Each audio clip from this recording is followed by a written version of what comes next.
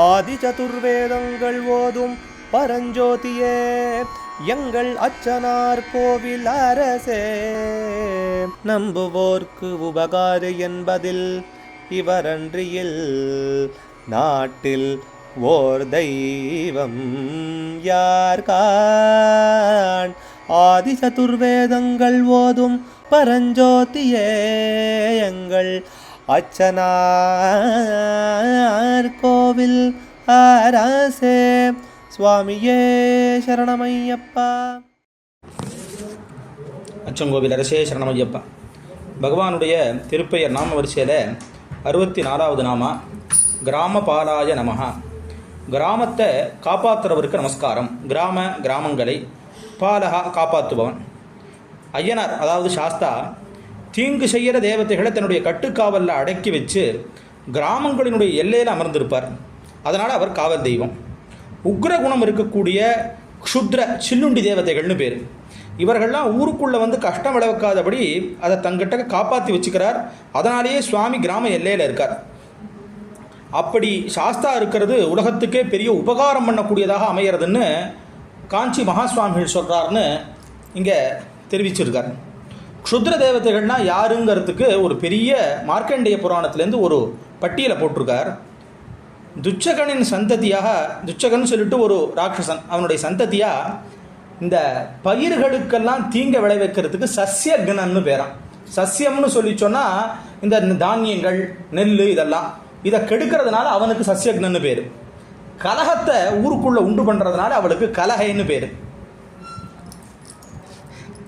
மறதியை உண்டு பண்ணுறதுனால ஸ்மிருதிஹாரிகைன்னு ஒத்திக்கு பேர்.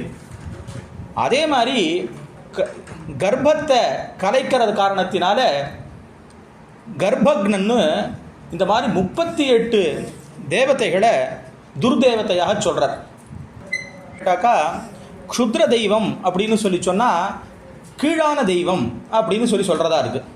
இந்த இடத்துல தெய்வம் அப்படின்னு சொல்கிறதுக்கு நிறைய அர்த்தம் சம்ஸ்கிருதத்தில் இருக்குது. நாராயண பட்டத்திரி இதுக்கு பேர் இப்போ அடியன் சொல்கிறது பிராசங்கிகம்னு பேர். பேசும்போது ஒரு விஷயத்தை சம்மந்தமானது சொல்கிறதுன்னு. நேரான அந்த விஷயத்தை பற்றி நாம் இன்றைக்கி பேசலை, அது சம்மந்தமான விஷயம் வந்தது. நாராயணியத்தில் ஆரம்பத்திலே சொல்லும்போது, ஹே குருவாயிரப்பா, உங்களை விட மற்ற தேவதைகள் எல்லாத்தையும் நாங்கள் இது பண்ணிக்கிறது இல்லை, க்ஷுத்ர தெய்வ ஸ்புடேயம் அப்படின்னு சொல்லி ஒரு பதம் போடுறார். இதை நிறைய பேர் என்ன பண்ணிடுறான்னு கேட்டாக்கா, க்ஷுத்ர தெய்வம்னா கீழான தெய்வங்களை நாம் ஆராதிப்பது இல்லைன்னு அதை எல்லாருமே அவரவர்களுக்கு தகுந்தது சொல்கிறதா இருக்குது. ஆனால் இந்த இடத்துல அது அர்த்தம் இல்லை. இந்த கிராமங்களுக்கு இந்த மாதிரிலாம் சிரமங்களை ஏற்படுத்தக்கூடியது எதுவோ அதுக்கெல்லாம் இந்த பேர். இது கிட்டத்தட்ட 38 பேருக்கு மேலே இருக்கான். இதெல்லாத்தையும் அடக்கி தங்கிட்ட வச்சுக்கிறார். இதை ஏற்கனவே அடியே விண்ணப்பம் பண்ணியிருந்தேன். அந்த காலத்திலையும் சரி இப்பையும் எல்லா கோவிலில் பிராச்சீன கோவில்கள்லாம் ஊருக்கு மத்தியத்தில் ஊருக்கு ஆபரணம் சேர்க்குமா போலே சிவன் கோவில், மேற்க பெருமா கோவில் இருக்கும். இது லக்ஷணம். வடக்கு பக்கம் பிடாரி, அப்புறம் பத்ரகாளி, சாஸ்தா, இவாள்லாம் எல்லையில் இருக்கணும். இந்த இடத்துல ஒரு பெரிய விஷயம் என்னன்னு கேட்டாக்கா, சுவாமி எல்லையில் இருக்கிறதுக்கு காரணம் என்ன, அவர் நடுவில் தான் இருப்பார்.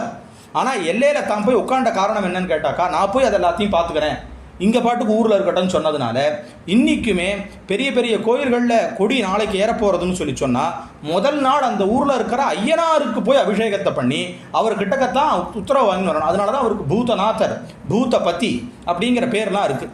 சுவாமி போய் அங்கே உட்காந்துடுறார். அதனால் காவல தெய்வமாக அவர் மதிக்கப்படுறார். எல்லா கிராமங்கள்லேயும் அவருடைய கோயில் பார்த்தீர்கள்னு சொன்னால் வெளியில் இருக்கும், இல்லை ஒரு ஊருணி, ஒரு பெரிய குளம், கிணறு, மெயின் ரோடு இருக்கிற மாதிரி இருக்கும். கொஞ்சம் தள்ளி உள்ளே போனோன்னா ரொம்ப வசந்தமாக நிறைய செடி இது மாதிரி மரங்கள் அடர்ந்த இடத்துல தான் இவர் எப்பவும் வீட்டு இருப்பார். அதே மாதிரி சில இடங்களில் வெட்ட வெளியில் இருப்பார். இப்போ ஐயனார்னு சொல்லி சொன்னால் நம்ம பக்கம்லாம் ஞாபகம் என்னன்னு கேட்டாக்கா, ஒரு பெரிய கத்தி, அப்புறம் முறுக்கு மீசை இதோடு இருக்கிறதா சொல்லப்பட்டிருக்கு. அது அவருடைய ஒரு ரூபத்தினுடைய ஒரு பிரதிபலிப்பாக சொன்னாலும் ஐயனார்னு பொதுவாக சொன்னால் அது சாஸ்தாவைத்தான் சொல்கிறதான பேராது. அவருடைய இன்னொரு ரூபமாக இருக்கலாம் அது. அதனால் இப்படி எல்லா இடங்கள்லையும் தாமாத்திரம் இல்லாமல் தன்னுடைய பரிவாரமான கருப்பன், வீரன், முனியன், அதுவும் நல்ல அந்தந்த இதுக்கு தகுந்த மாதிரி பேரெல்லாம் உண்டு. சடையன், இருளன், காட்டேரி, இவா முழுக்க விட்டு இருப்பாராம். ஸோ காட்டேரின்னா பயமாக இருக்கக்கூடிய விஷயமாச்சேன்னு சொல்லி சொன்னால் அதெல்லாத்தையும் அடக்கி தன் வசமாக வச்சுக்கிறாருன்னு இருக்குது. இப்படி எல்லாரும் இருந்து இதில் வெறும் பயமுறுத்துறதுக்கானதை மாத்திரம் அடக்கிக்கிறாருன்னு அர்த்தம் இல்லை. பயிர்களுக்கெல்லாம் சிரமம் பண்ணாமல் மழையை சரியாக பொழிய வச்சு விவசாயத்துக்கு ரொம்ப சகாயமாக இருக்கக்கூடிய மூர்த்தி சாஸ்தா தான். அதனால தான் நிறைய ஊரில் மழை வரலைனாலும் அவருக்கு பூஜை உண்டு, மழை ரொம்ப பேஞ்சுட்டே இருக்கிறதுனாலும் அவருக்கு பூஜை உண்டு. இன்றைக்கும் களக்காடு பக்கமெல்லாம் போய் மலை மேலே போய் ஆண்டவனுக்கு சாந்தி பண்ணி அபிஷேகம் பண்ணிட்டு வந்தால் கொட்டும். அந்த சமாராதனைக்கே பெய்யணும். இன்னும் நிறைய ஊர்களில் இந்த மாதிரியான வழக்கம். பத்திராறு பக்கத்தில் கிழவன் கோவிலில் இந்த மாதிரி எல்லா கோவில்கள்லையும் சமாராதனை பண்ணினா மழை பெய்யணும். ஏன்னா அவருடைய சகசிரநாமத்தில் இன்னும் இவருடைய சகசிரநாமத்தில் பின்னாடி ஒரு நாமாக்கள்லாம் வரப்போகிறது. மகாவருஷத்தை கொடுக்கக்கூடியவர், நிறைய மழையை அடக்கக்கூடியவர், இந்த மாதிரியான இதெல்லாம் அனுபவத்தில் பார்க்கக்கூடியதான ஒன்று. அதனால் கிராமம் சௌக்கியமாக இருக்கணும்னா அதுக்கு சாஸ்தாவுடைய ஆராதனம் ரொம்ப முக்கியமாக வேணும்னு ஆகமங்கள்லாமும் ரொம்ப விசேஷமாக சொல்கிறது. இதில் யாருக்கு எந்த பேர் இருந்தாலும் இவருக்கு மாத்திரமே இந்த பேர் பொருந்தும். இதை ஏன் இவ்வளோ தூரம் விசேஷமாக அப்படின்னு சொல்கிறேன்னு கேட்டாக்கா, எல்லா சுவாமிக்கும் இப்போ உதாரணத்துக்கு காப்பாற்றுறவர் எல்லா சுவாமிக்கும் பொருந்தும், கெட்டதை அடக்கிறவர் எல்லா சுவாமிக்கும் பொருந்தும். ஆனால் கிராம பாலன், கிராமத்தை காப்பாற்றக்கூடிய காவல் தெய்வம்ங்கிற பேர் ஐயனாருக்கே அழகாக பொருந்தும். ஏன்னா ஒருத்தருக்கு சொன்னோம்னா அதை வச்சு எல்லாருக்கும் ஞாபகம் வருமா போல எல்லா சுவாமியும் அதை பண்ணினாலும் அதை தான் முழு பொறுப்பாக எடுத்துக்கொண்டு இத்தனை பேரோடு இவர்களை அடக்கி இருக்கார். இன்றைக்கும் சுரமித்தையம் கோயில் போய் தரிசனம் பண்ணுறவர்களுக்கு தெரியும், ஆண்டவனுக்கு இந்த பக்கத்தில் அந்த பக்கத்தில் எக்கச்சக்கமான பரிவார தெய்வங்கள். மணிதாசர் அவருடைய பேர் எல்லாத்தையும் பட்டியல் போட்டு சுவாமி எப்படி வெளியில் பவனி வராருங்கிறது எல்லாத்தையும் அச்சங்கோவில் பஞ்சகத்துலையும் சொல்கிறார். இன்னும் சில இடங்களில் பவனி வரும்போது இவா பேர் எல்லாத்தையும் சொல்கிறார். இருடன், காட்டேரி, இன்னும் எல்லார் பேரையும் அங்கெல்லாம் சொல்கிறார். அப்படி சுவாமி இது எல்லாத்தையும் அடக்கி தன் வசம் வச்சு ஊரெல்லாம் காப்பாற்றி பிரார்த்தனைகள் எல்லாத்தையும் நடத்தி கொடுக்குறார் அப்படின்னு இந்த பேரானது சொல்கிறது. மணிதாசரும் மண்டலத்து மானிடர்க்கு கண்ட வியாதிகள் வராமல் குண்டாந்தடியால் விரட்டும் சண்ட பிரச்சண்டராயுதோ பட்டக்குடி பூதத்தான் வரார் அப்படின்னு சொல்லி அவருடைய விஷயத்தில் சொல்கிறார். சாஸ்தாவுடைய ரூபத்திலேயே கிராமபால சாஸ்தான்னு ஒரு சாஸ்தா இருக்கார். அவருக்கு தியானமும் ரத்னாபம் சுப்ரசன்னம்னு சொல்லி ஒரு தியானம் இருக்குது. அதில் கொண்டு போய் சொல்லும்போது பகவான் ரத்னம் போல ஒளி வீசுகிறார், ரொம்ப மிருதுவாக இருக்கார். இப்போ காப்பாற்றவராக இருந்தால் அவரும் கோபமாகவும் கிட்டக்க வராத முடியாமல் இருந்தால் நம்ம போய் எதானே சொல்ல முடியுமா?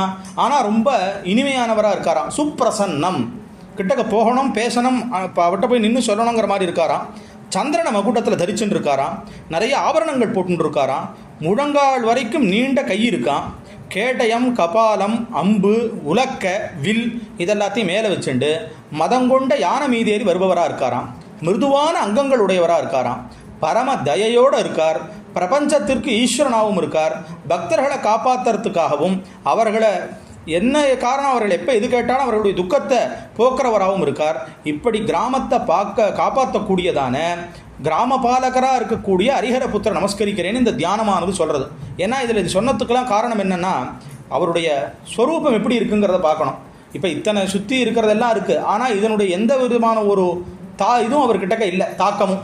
சுற்றி இருக்கிறதெல்லாம் பார்த்தேன்னா கண்ணை உருட்டி பண்ணி இந்த மாதிரிலாம் இருக்குது. சீத்தை அத்தனை ராட்சசிகளுக்கு நடுவில் இருந்தால், ஆனால் அவளை பற்றி வர்ணிக்கும் போது ரொம்ப விசேஷமாக சொல்கிறார் வால்மீகி பகவான்.